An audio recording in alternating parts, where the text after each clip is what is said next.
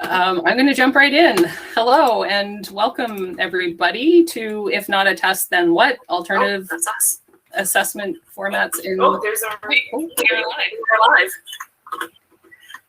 I'm going to jump right in. Sorry, I had that 10-second delay messing me up there. So yes, if not a test, then what? Alternative assessment formats in secondary math.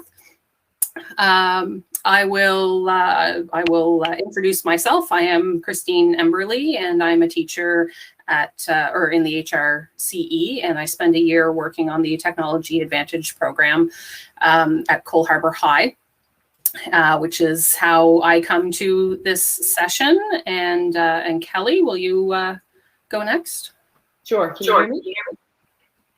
I am a teacher in the Tri-County Regional Center for Education. Last year, I spent the year teaching the TAP students a number of their courses, the Technology Advantage program in Yarmouth. And other than that, I've taught a lot of math and science. Great, sure. And I'm Kaylin Langell. I work with Kelly a lot. I got to work with Christine over the past year, which was really nice. I guess my role for next year is a little bit different. I'll be taking on the lead role for overseeing the Technology Advantage program, which is a pilot program that's being piloted at a couple of schools. But other than that, I'm mostly used to teaching primarily math courses. I've taught almost every math course from grade 9 to grade 12 that is offered. So lots of different insight, I guess, into the different courses and the different curricula. And apologies for getting started a little bit late. I guess we had some technical difficulties, but thank you, Joe, for fixing those up and getting us started. So just really quickly before we get started, and I'm sure you've been at other sessions, but just to mention, there are accessibilities and language options in the top corner of your portal if you want to access those. And if you're in full screen, you won't be able to see the chat, and we will be posting a couple of links in the chat. So we'll mention when we do that. So if you exit full screen mode, then you can click on the links that we do put in that chat box.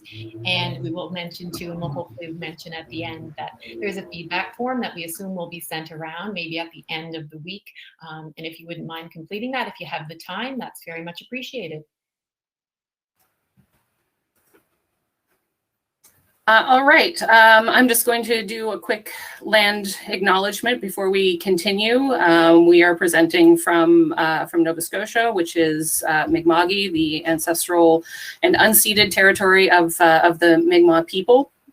And as someone with Indigenous heritage, I do find it important to acknowledge this and to really be grateful for for the relationship that we will hopefully continue to build and improve with the Indigenous people in our province. And so I would be remiss if I didn't acknowledge that that is a very special relationship that we have, because it allows us opportunities for learning and growth that we wouldn't otherwise have. So what we have up there right now is a QR code and our first link, which Kaylin has posted in the chat. They'll explain. Kelly and Kaylin will explain a little bit more about that while I switch screens here. Sure.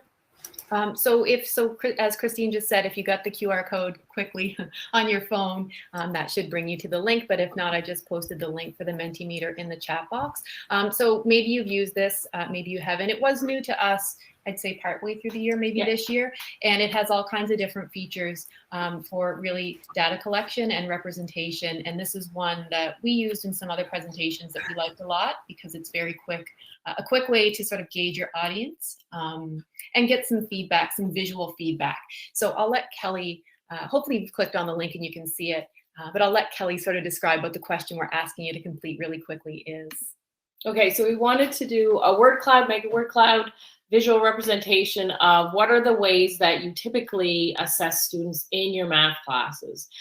There's the ways that we've heard of before, but then there's the ways that we typically use most often. What is the one you feel the most confident using? What are the ones that you use the most often, whether or not those might be the best ways or not?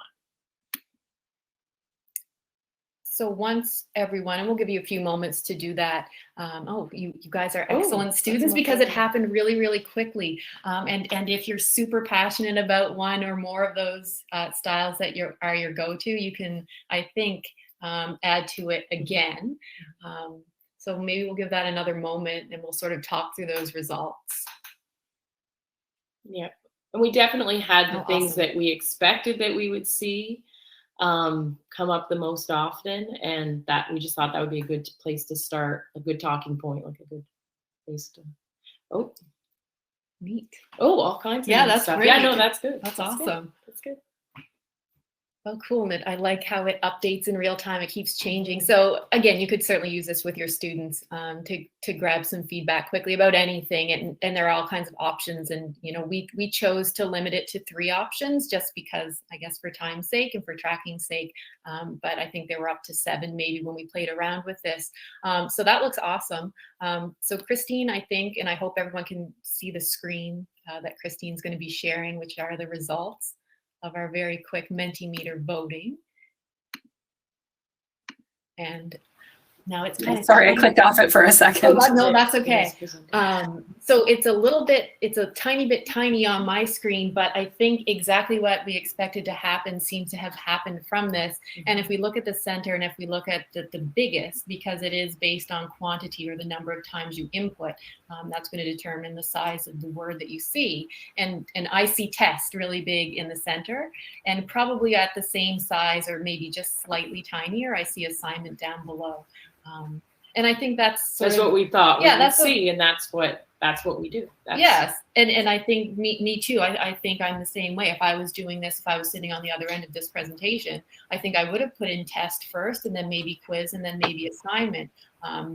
Without a ton of thought. I think as math teachers and as teachers in general, a lot of times our go-to is a test to assess something. It makes it. We think it makes it legitimate. We think of it sort of as the end point before we start something new. And I think students see that as well. So maybe Christine, do you have, or Kelly, have better eyes? What were some of the other answers that were given? Oh, that's okay. I clicked the button again. I'll put it back up. That's okay.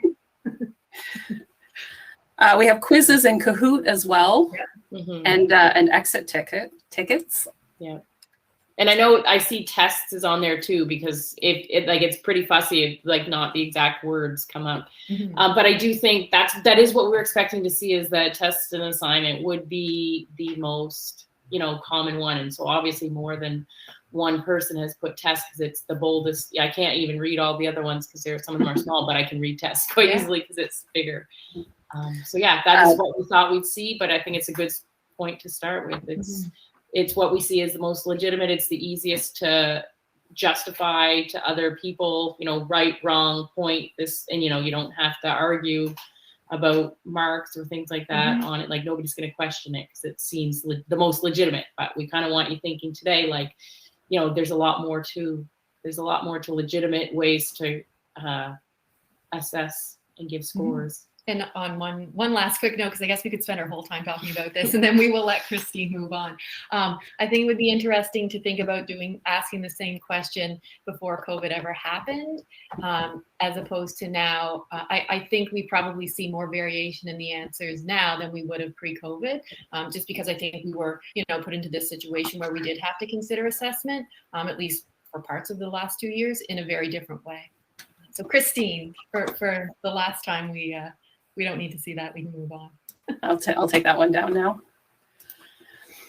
Okay, so moving back to our slides, just to talk about why we are here. We sort of discussed that a little bit with our Mentimeter, and oh, sorry. I have a dog that's sleep barking in the background, so I apologize if that gets loud. We as a group have built our community of learners here, and we'll talk a little bit about more what that might look like as well. We'll talk about our assessment practices that how our assessment practitioners shape what the learners think is important and what they get out of that. We'll give you some alternative ideas for a variety of assessments, and then have some questions and conversations before we move on to a summary of takeaways for everybody.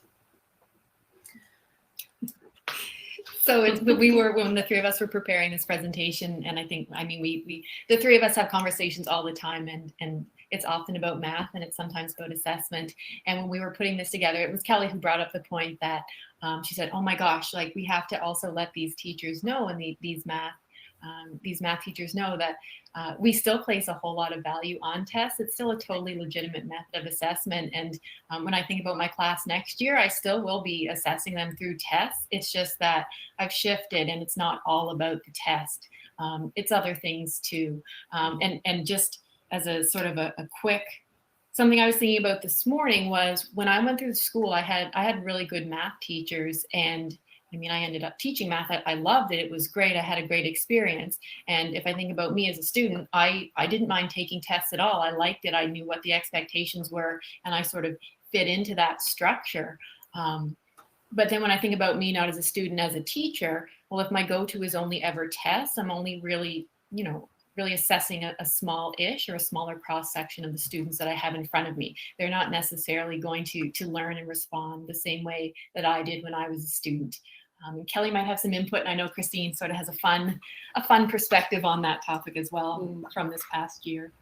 Yeah, I think part of what I do think this is important is that when we value tests the most or value quizzes the most, that impacts how our students value what they're doing. They're going to see more value in memorizing certain types of questions that they think will be on those assessments, and maybe push aside the whole bigger picture of understanding and the concepts because they just want to be able to memorize a certain number of types of questions. If that's what we value, then that they're going to study based on how to best beat the system for tests. So if we want them to think outside of the box more and think of problem solving and all the other aspects of conceptual understanding, then we need to value those as well. We need to give them value and marks for those, because that's then what will be encouraging.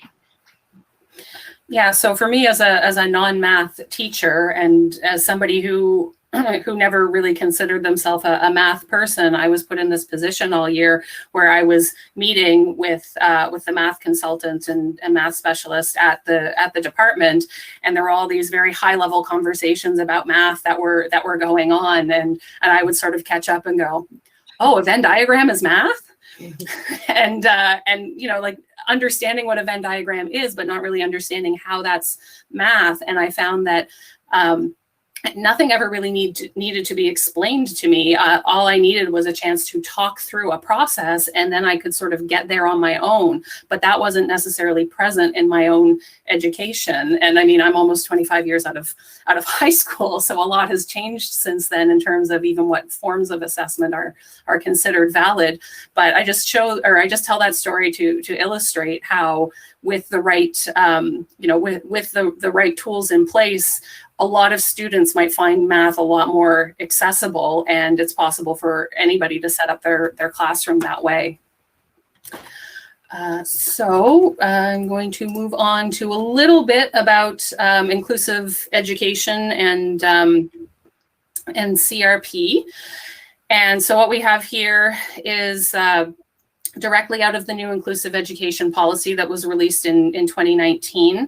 And it's sort of a different way of thinking about inclusive ed, because so many people think it has to do with learning centers or exceptional learners, but it really has to do with all students from all backgrounds being given the opportunities to learn with enough time, practice, equitable and responsive teaching. And I'm actually working on my master's in CRP right now, and one of the things that that has been really important is to stress that CRP isn't about bringing things that the students necessarily do into every class. It's more about building relationships and finding out what you know about their students in terms of their likes and dislikes. One of my areas is social studies, and I've often said you can't teach NASCAR in Mi'kmaq studies because there isn't a link there. But if I know that a kid likes NASCAR, I can find ways to talk about, like competition, or I can talk about, maybe building alliances or something like that. And so it's just knowing enough about them so that what is happening outside the classroom that might be affecting their ability to learn is something that you can use to connect them to supports, to mitigate the effects. And really, we don't really have an option to avoid getting to know our students because it informs so much of how they learn. But once we figure out what that is, and I've yet to meet a teacher, honestly, who doesn't do this in some way. But once they figure that out, what they realize is that the things that connect with the ones who struggle the most also work for the people who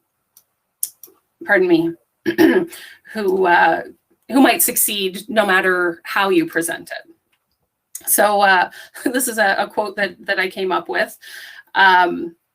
Now, if you are not every student, so you can't teach every student as though they are you. And it's about whether you teach the way you were taught, and maybe that did work for you, and that's great. Or maybe you were good enough at a content area that you could work around anything that sort of got in your way.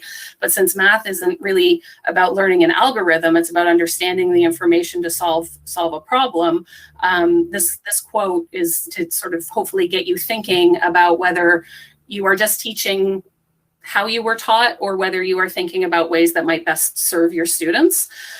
And what, so we're asking you to think about how you can adjust using our examples, so that the students understand and can internalize that content, and what benefits those who struggle. So Christine, I think your quote must have been sitting in my head when I thought this morning about me as a student versus me as a teacher. So in the chat, I know you can't see the chat, but we just do have sort of a comment/question. So CRP, and I see you've answered it. Awesome. So culturally responsive pedagogy. Thanks. Yes. Yeah. My apologies. I went straight to the acronym before I explained what it was.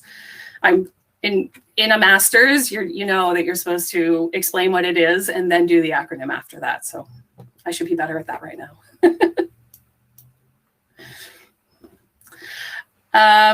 So these are some guidelines for establishing a supportive classroom, and they are borrowed from Joe McDonald, who is a math specialist at EECD. He may have grabbed them somewhere else, but I found them in his words.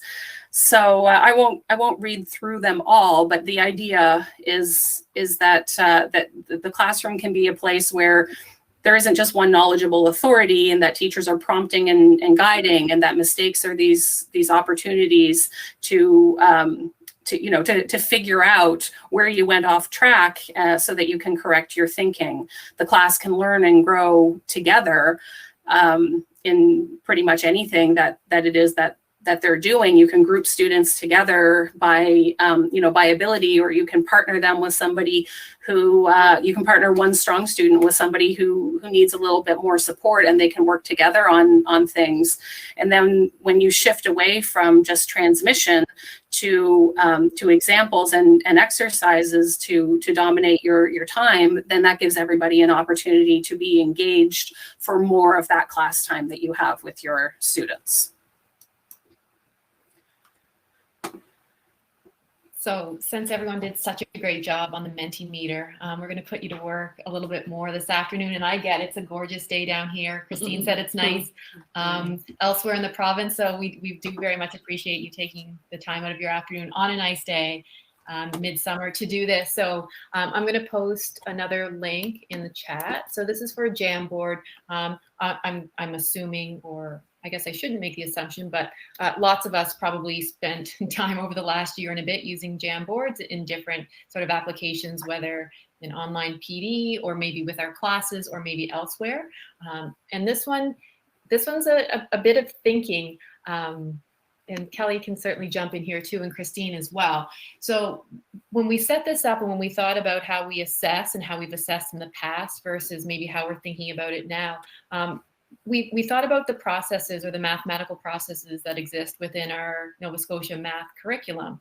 And they're everywhere, they're throughout. It doesn't matter the grade level and it doesn't matter the level of course, they are there. And I think when we plan, we are thinking about these. Maybe it's not front and center when we plan, but they are there. But something that we did talk a lot about over this year, and also when we were preparing for this, were what are these explicitly? And when we think about our assessment types, where do they fit within these processes? So the processes are there on the Jamboard. So they are communication, technology, problem solving, visualization, connections, reasoning, and mental math. And feel free to jump in, add any sticky that you want. We have a couple there already. So we had using Desmos in technology, and then conversations while students are working in groups on a problem in communication. So if I was talking about this earlier, if I thought about where I think test would fit, I would probably add test to reasoning, I would hope. I would also add test to problem solving. I might add test to connections and possibly visualization. So if you come up with a method, or if you want to add a method that you use and you think it fits in multiple places, you can certainly add more than one sticky. So I hope that sort of long explanation makes sense, and perhaps Kelly can. Yeah, I think what it helps me to think about is when I think of something that we're going to do, an activity that we're going to do, or something that I'm going to give them a score on or a grade, which of these does it cover? And am I thinking that all of these should be covered, and not necessarily all of them with one, because that's a pretty tall order, but when you vary up or when you include more different methods, you can hit more of these 7 areas. Whereas if you're only kind of valuing a test, some of these aren't well covered by tests. So here's a neat way to think, okay, well, how can I include more of these more often and be giving value for them? Yeah, so I And I'll just mention, in case somebody hasn't used Jamboard before, it's just on the left, the 4th icon down is the sticky note. I'm sure it has come up in many a PD session, but just realized I should mention that. Yeah, thank you, Christine. And you can, if you're adding a sticky note, and I know that we've asked to do a lot on one screen here, on one slide, but you can resize them. You can make them bigger, smaller, just by dragging the corner. So I see lots of good things being added, and I can see most of them. We're on a small laptop screen here.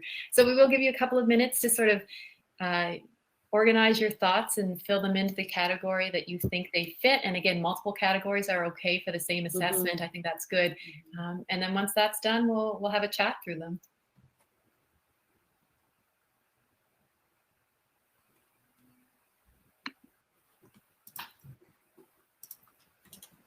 I think sometimes, like with the way I've kind of changed over the last couple of years, is that there's activities that I would have done and I thought that they would be valuable, but it didn't always occur to me, and I'm not sure why, maybe that's my problem, but it didn't always occur to me that I could be giving them value for the understanding that they showed in a much less formal way. I think I kind of got stuck in the idea that it has to be formal and everybody has to have the same thing, and it has to be marked on a perfect scale where this means exactly half a point and this means, take off this. And I think I didn't let myself give credit where there was definite understanding. And I think that's sort of, I've changed a little bit in the last couple years, thinking about how to give more value for understanding that's there that doesn't necessarily translate very well to a test. So I think our graphic looks great. Yeah, you can tell that might be a lot of math people involved in putting this together, because it's starting to sort of look like symmetrical and balanced. And I think all that might be taken into consideration. Our attendees and I certainly fall into that as well. So in the interest of time, I mean, you can keep adding to this. I think it's fantastic. And when we were planning this, we didn't know if we would have 2 people show up to our presentation or 10 people or 50 people, or if, you know, the 3 of us would be talking to one another. So it's really nice to see this filling in. And I think it's great to think that all 7 of the triangles have representation. So I'll start with technology and I'll read the ones I can see. And Christine, perhaps you can fill in for me.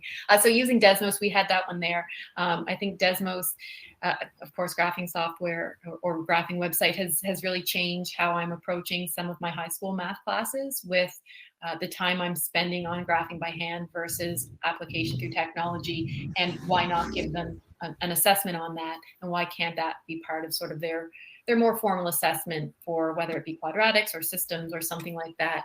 Google Forms quiz definitely falls into technology and something that we're all more familiar with in the last year and a bit.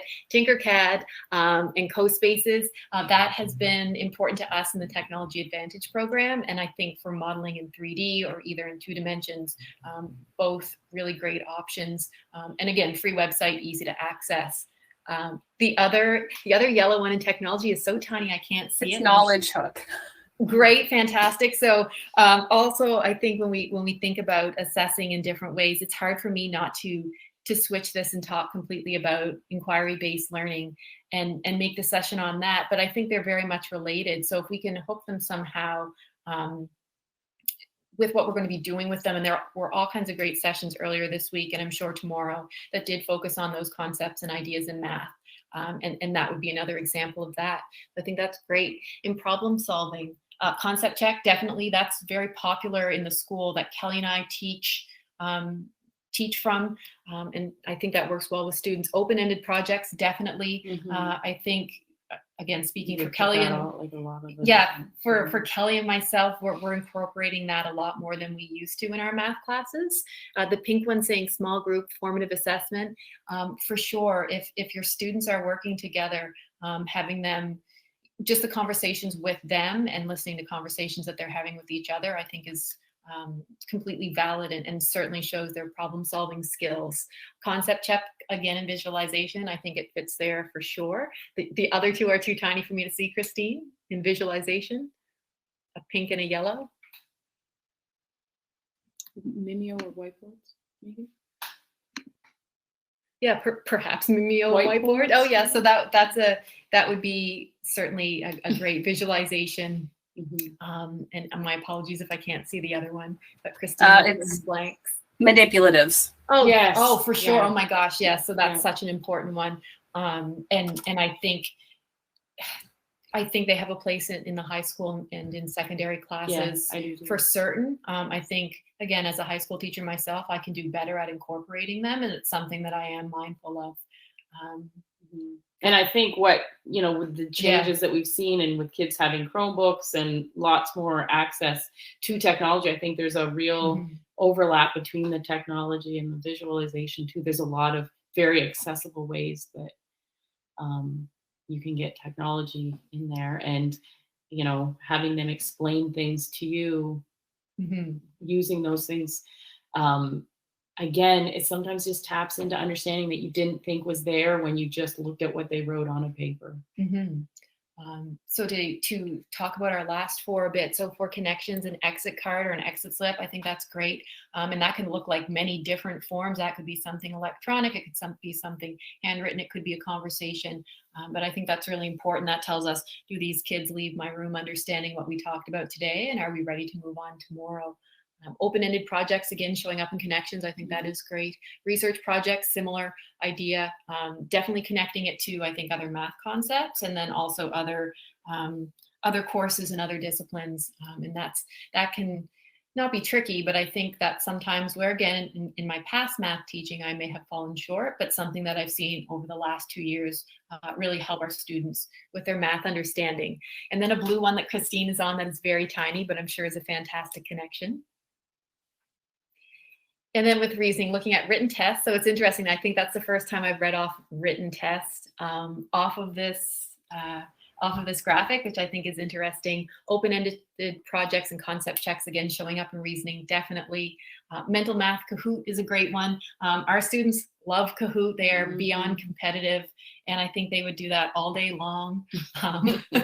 Maybe that's good, maybe that's bad, but that is a great way for some mental math in class. And another tiny yellow one. It's formative or casual assessment. Oh, definitely. Yeah, for sure. So just and it can be a very quick check-in with students. And then communication. So open-ended projects, again, certainly. Students teach concepts. I love that one. I certainly wouldn't have used that one previous. But over the last 2 years, seeing the value in students being able to explain to me or to their classmates what they're learning and talk through that, that brings up so many different important concepts in mathematical language and connections that I think are very valuable. We also have writing in a math journal, giving them a prompt or just having them sort of reflect or talk about what they learned or where they struggled or what skills they used or need to build on.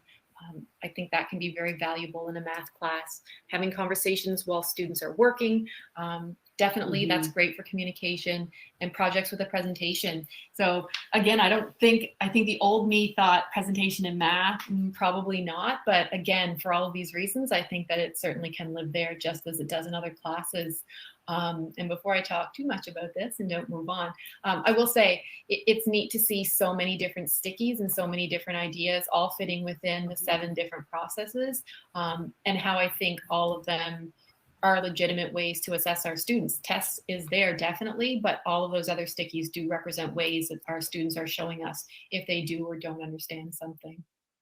And I think maybe some of these are maybe always been more common at younger grades, but maybe weren't seen as legitimate ways to do it at higher grades, but they're very legitimate ways to show them. And I think I was hesitant to use some of them in case that I couldn't back it up, or in case, I didn't get to every single person every single time to speak to every person in person in a big class where you only have so much time and you've got to get through quite a bit of content. But I now see the value, even if it takes a little more time.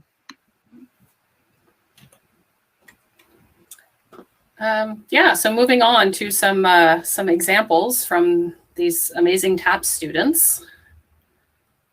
Sure. Yep. So we will talk through some examples that we've seen with our class through a couple of different grade levels. But I do see, there is a question in the chat. So just so we address that. So it says, how do you justify back up your evaluation with parents if it's a conversation observation? If we had the perfect answer to that, I think we'd be all set and ready to go, and we could just shut down our presentation. And I think that's sometimes why we sometimes include less of it, because it's so much easier to stand behind, well, here was the wrong multiple choice that they got, or here was their, didn't include units, didn't do this or whatever. But I think one of the ways to do it is through rubrics and descriptions of what you're looking for, and having the students know how you're going to base it, and questioning and things like that. I think too it is a tricky one, and I know that sort of plays back into the why we've fallen into often using tests for the assessment, because it is so concrete, and we can say, here, parent guardian, this is how your child did, and this is where they lost points, or where they may need some more work.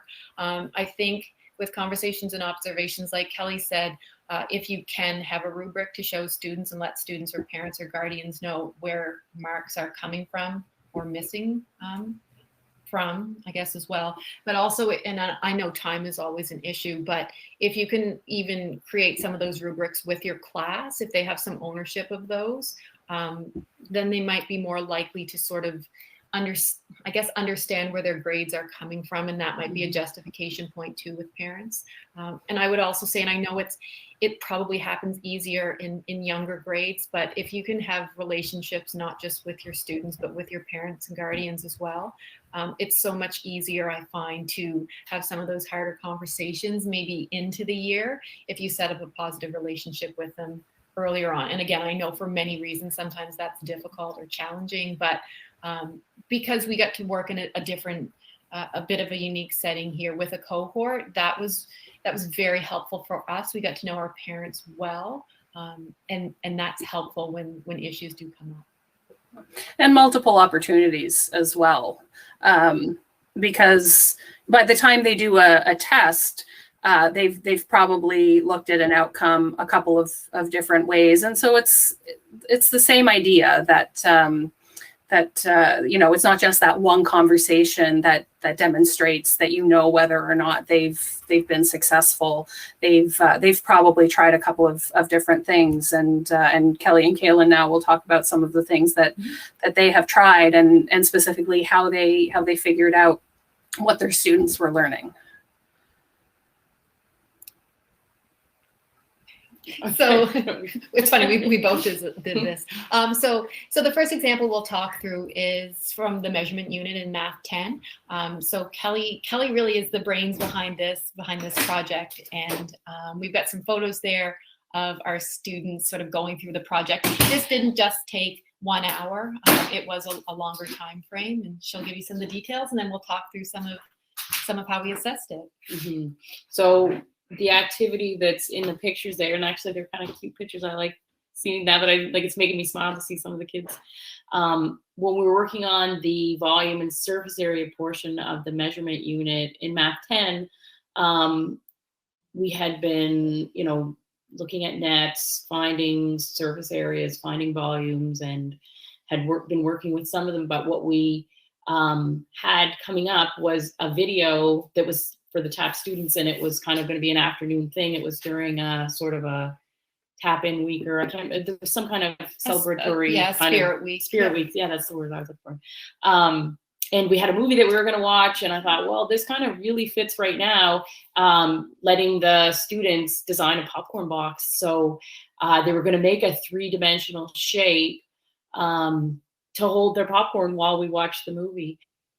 And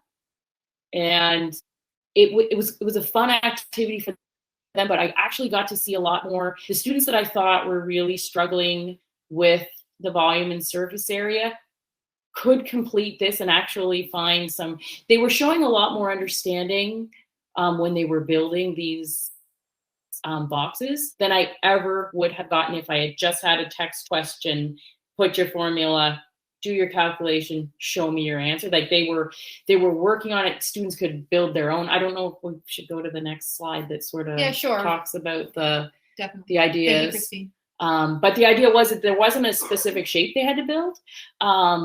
So it worked well in terms of getting multiple levels of understanding there. There were simpler boxes you could build. There was more complex boxes that you could build. There were some that I had patterns there in case people were having trouble coming up with some ideas. I had built some myself. And the goal was by the end of it that they should have it built and that they could also calculate the volume of it with the things we had done. And some of it was actually, you would have to extend a little bit beyond. There was like a very complex shape. And I did tell them, if you're really looking for a challenge, the classic, they were going to have to find one where they'd have to find the volume and then subtract off the, sort of invisible cone square base pyramid that would actually come off. So there was cones, there was, you could build a simple one that was just a rectangular prism.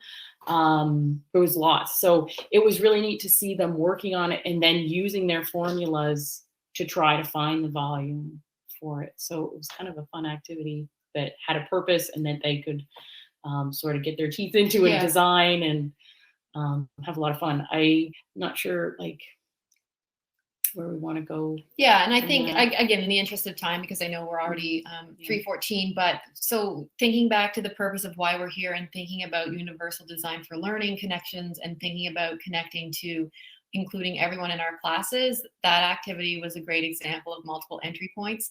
Every student in that class was doing something and they did it well, and they problem solved and they communicated and they showed that they understood what they were doing. Some of them didn't do the most complex shape, and that was okay. Some of them did, and I can remember one student in particular wanted to do something with a hemisphere, and he was trying to problem solve and reason out, if I cut things certain ways, can I bend them and form them?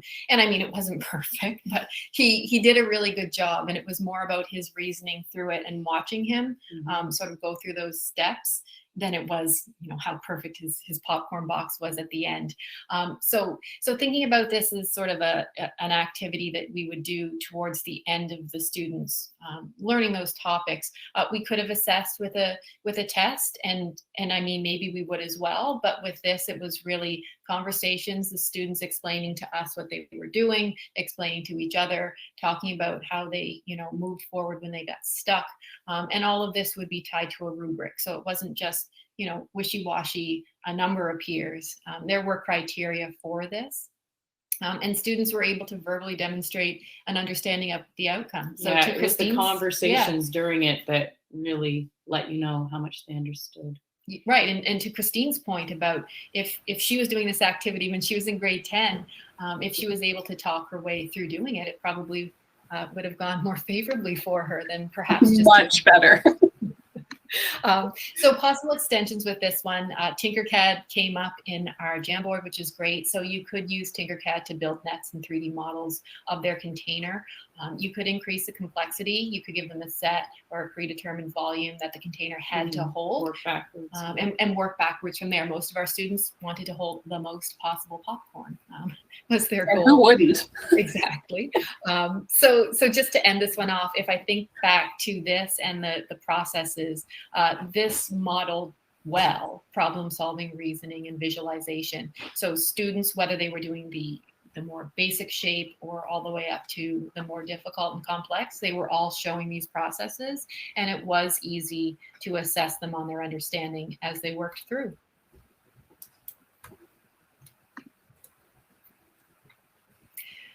So our next example comes from logical reasoning in Math 11, and Kelly did do this one with the students, and you'll see the students there.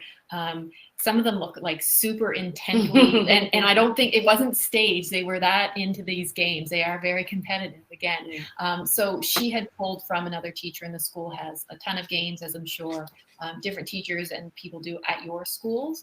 And again, Kelly will explain it, but a little bit worried, like, are the students going to do this? Are they going to participate? Is it just going to be a mess? Are they going to lose pieces? But the outcome was actually really fantastic.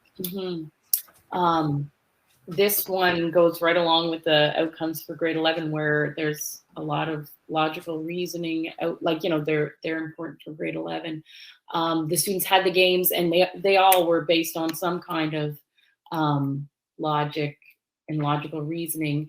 And there were a number of different games. And again, it worked well because it was games that were easier. There were games that some of the students already had previous experience with.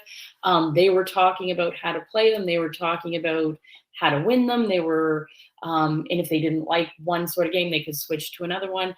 They were working in groups that they sometimes don't work with, which was kind of nice. So they were kind of working with different people than they typically always worked with, which was nice to see. And they were explaining, there were people that really don't enjoy math very much, but actually, like, it was a really nice opportunity for me to explain to some of them, like, you're using a lot of math skills right now, and you've written yourself off as not a math person or not a math student, but you're showing spatial relationships, you're showing strategies, you're showing logic, and it was really nice for them to see, it was a win for somebody that maybe doesn't see themselves as having any mathematical understanding or reasoning. It was neat to be able to show them, like, see how well you do some of these aspects when you sort of relax and let yourself try and fail or try and work your way through it. So it was kind of a neat activity. It worked out really a lot better than I was expecting. I was really happy with it by the time we were done. For the assessment, we had a writing prompt with a math journal entry. And again, I would say, like, one of these ones, you probably want to set it up with a rubric and criteria for them. It has to meet these types of things. And again, walking around talking, you could also do some kind of conversational rubric to give them a grade while they're working on working on the games. You could also, there's lots of other things, sometimes you think of them after, if you have more time or whatever, you could extend it by having them create their own game or create a video game that goes with it, or just explaining to somebody how to play that specific game, or how do you win it? How do you, what's your best advice you could give somebody for how they could beat somebody at this game? So. And I will say too, I've taught Math 11, the new curricula, a number of times, and when it would come to those outcomes, if people on here have taught it, I struggled with how do I assess these logic and reasoning or logical reasoning outcomes. And if I'm in the mindset of I have to have a test or a quiz on this, which I did those first initial years, it missed. It did not hit the mark. The students, it was messy. It didn't really reflect what they knew and what they could do. So I think, again, logical reasoning shows up in all of the math that we do, but when it is tied to outcomes like it is in Math 11 and Math 12, I think these sort of alternative methods of games or puzzles or projects that the students work through, I think those are totally legitimate ways to assess what those students do understand. And our last example is from geometry in Math 9. So I will say, like, joking, not joking, if you see the students in the pictures and you're like, oh my gosh, they don't have masks on, what's going on? This was early in 2019. So this was before we knew what COVID-19 was, and we were happily going about our business in our classroom with no masks. So here you'll see students at the board. I don't know how closely or clearly you can see the picture, but you might see triangles on the board. So they were working on problem solving, and I believe it was similarity in triangles. So with this activity, and Christine, if you don't mind switching to the next slide, please and thanks. With this activity, I did have them for longer than an hour. I probably had them all morning that morning because of the cohort nature of our program. I had the students in groups. I don't think for this one I let them choose their groups. I think I pre-selected their groups, so I had a variety of students in each of those groups, and they needed to problem solve. They needed to collaborate. I would help them and guide them if they got stuck, but I would not just be, here's the answer, or here's what you do to get to the next step. It was very much, how can you use either your calculator or maybe your Chromebook or the people in your class or the examples and things that we've worked on to problem solve your way through these. And they were tricky-ish questions. I had different sets of questions. They were leveled. So I thought about which questions I gave to which group, but then students in groups could also select the questions that they wanted to work on. So they weren't necessarily easy, and they did take some time to work through. So the assessment for this one, it was a process-based grade for group work. So I was able to have conversations with the students in their groups, and we were able to talk about their reasoning. They shared strategies. Of course, one-on-one as well, sort of short conferencing with students, so they could verbally demonstrate their understanding of those outcomes. Now, the pictures that you saw were groups of students at the board, sort of teaching the class. So each group was responsible for one or two questions, and they worked through their challenges and sort of what they did to work their way through that problem. So it did work really well. And the things that we used to do before we had to wear masks in school. Extensions from this one could be to create their own geometry-based scenario. It could be to provide a work solution. Other students could solve each other's problems, and of course, many things from that. But for me, that through that activity, through the conversations, through listening to them reason out and then talk through their examples, I was able to assess them easily, again, through a rubric on what they knew or what they could show me about that outcome in grade 9. So looking at processes-wise, communication, connections, and visualization were really important for that activity.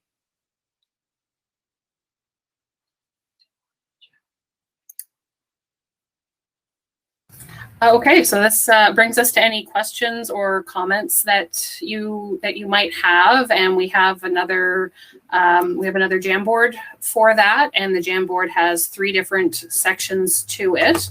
So I will leave the slide there if anybody is typing it in. We created that shortened URL. but the link is there. Kaylin just popped it in the chat for us. And Michelle, actually, if you could pop that, that's a really, really great question. Pardon me, and if you could pop that question in there for us, and I'll just give it another second and then switch slides so that you can all see the Jamboard, and we will go through some of that together.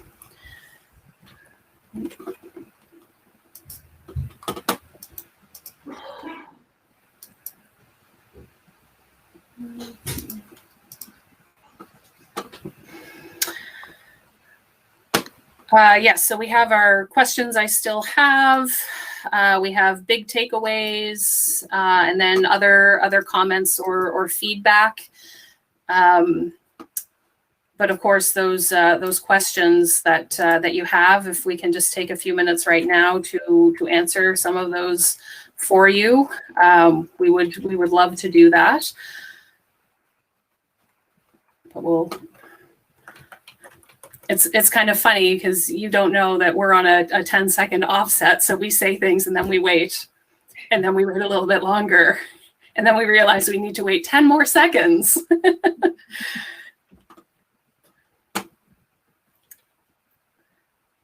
But I think if we want to just start with Michelle's question about this provincial database, I mean, the short answer is no. But if Kaylin and Kelly want to talk a little bit about their process in creating those rubrics, especially co-created, where they're working with the students, and maybe we can also brainstorm a place where we can create a repository for them.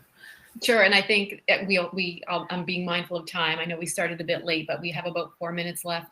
And I think that's such a good question, and I wish the answer was like, yes, of course it exists, and here it is. To my knowledge, it doesn't, and it does take time. I think if you do have the time, like I said before, if you can set it up with the students, even though that can be challenging and time-consuming, it's worth it in the end. I think Kelly's probably going to talk about the 1, 2, 3, 4, but I think I think if you can have one that's almost like a general framework that you can take and just alter each time you're applying it to a new assessment, rather than starting fresh every single time, because that would be overwhelming and time consuming. Mm-hmm. And I've actually looked, like, there isn't one place to look, but I've looked looked online for different examples, and I sometimes take what I like out of different ones or find one that I think suits the best. And I wouldn't say they're always perfect. They don't always perfectly suit what I want to do, but it is a way, I think, a little bit more to say what you've done and compare each other on the same scale, I guess what I'd say, and I believe that, like, the top of the rubric shouldn't easily be reachable. And I know kids don't like that all the time, but the 5, I like sometimes to do with a 5 point, where 5 is like nothing, you couldn't improve it, and I wouldn't improve it, which should be hard to get to. And then from there, we're like 8. It's kind of, I like to kind of base it on what our report card's based on. Like 90 to 100 should be excellent understanding and application. So like you're branching off and you're going beyond what I've asked you. 80s are very good at understanding what I've taught you. Good is 70s, and 60s is some understanding, and then 50s is little understanding. So I guess in lower grades like 9s and 10s, maybe there's not as much pushback when you give numbers like that reflect that. Although I do agree with whoever, I'm not sure who was putting it in there, but I agree with grade 12s when they want their 85 for their or their 95 for their scholarship, like things that they're applying for. Sometimes it's not easy to tell them, well, yes, you repeated back exactly what I told you, but you didn't really extend that, you just repeated, which isn't excellent. Like it's good, it's very good, it's not beyond what the outcome is. And I know that I guess intimidating is the word I'm thinking of, to, to take on more. We're always asked to do more, and often with less.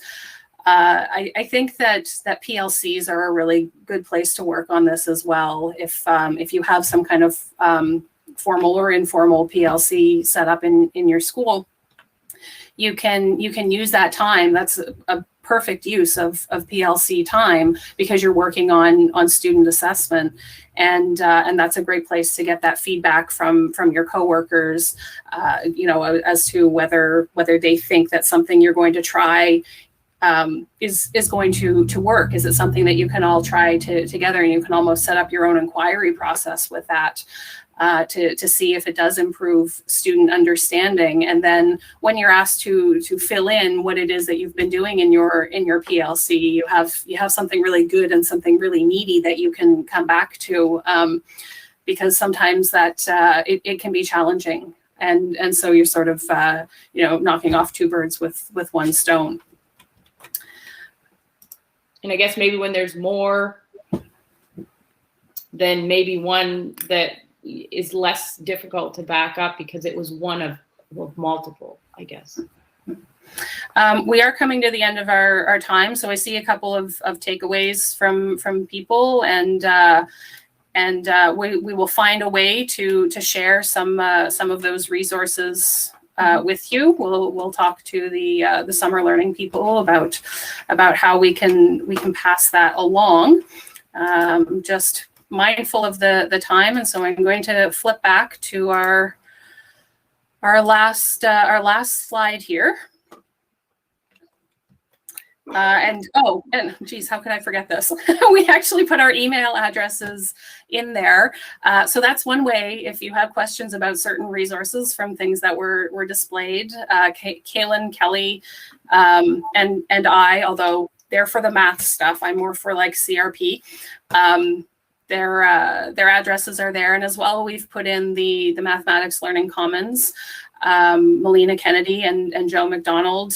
As a non-math person, I can only say that the work they do is excellent, because they do really find accessible ways to talk about math. So if they can do that with me, they can definitely do it with math teachers as well. So thank you, Christine. Yeah, I'm glad you mentioned our email. So please feel free to contact us, and if we can answer your questions or share things with you, we're happy. Just ideas. It's a work. That's what it's a work in progress. Like there's not a be all end all perfect answer to all the things that we deal with, but we're all moving forward. Mm-hmm. We're all trying things, and keeping the things that we think work, and kind of adjusting the things that we want to change. Yeah, so just in summary, and I won't read through all these points because we are slightly over time, but I think the big summary is it's not just tests that are important, it's other forms of assessment, and they're just as valid. It does support all students in your classroom, and I think for me and for us, that's our big takeaway, is how do we reach all of our students, not just some of them. Communicating, collaborating, conferences, they all dig into students' understanding, and I hope that these things are reflected in my math class next year. Thank you so much again for taking your time to listen to us, and we hope that you learned or heard something that was helpful. And like Kelly just said, it's a process, and we're part of this learning curve too, as we go through our classes. So thank you, and enjoy the rest of the session.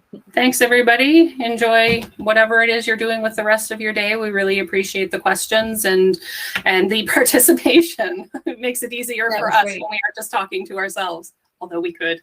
We could. But no, yeah, great participation. Thank you.